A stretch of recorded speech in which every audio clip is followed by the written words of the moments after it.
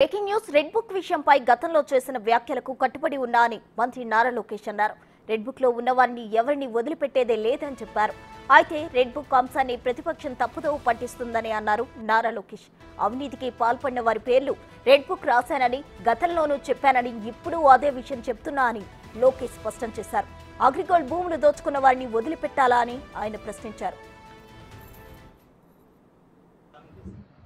Red book లో నేను ఏం చెప్పా, రెడ్ బుక్ గురించి నేను చాలా క్లారిటీ ఇవ్వాలనుకుంటున్నాను ఈరోజు.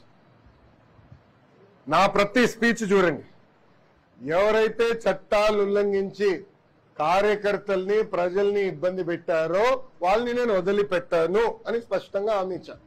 మళ్ళీ రిపీట్ చేస్తున్నా, చట్టాలు ఉల్లంఘించిన ఓకే. జోగి రమేష్ గారు అబ్బాయి ఏం చేశాడో ప్రజలు తెలుసుకోవాలి. అగ్రిగోల్డ్ భూమి పత్రాలు తీసుకుని ఫేక్ పత్రాలు సృష్టించి అతని పేరుపై ట్రాన్స్ఫర్ చేసుకుని అమ్మేశాడు.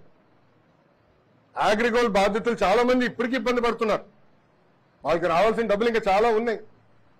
అగ్రిగోల్డ్ భూముల పైన ఫేక్ పత్రాలు సృష్టించి అమ్మేశాడు, డబ్బులు సంపాదించాడు. అంటే యాక్షన్ తీసుకోకూడదా? తెలుగుదేశం, జనసేన, భారతీయ జనతా పార్టీ ప్రభుత్వం రేపు లిక్కర్లో కూడా యాక్షన్ తీసుకుంటాం, ఇసుక దండాల్లో కూడా యాక్షన్ తీసుకుంటాం.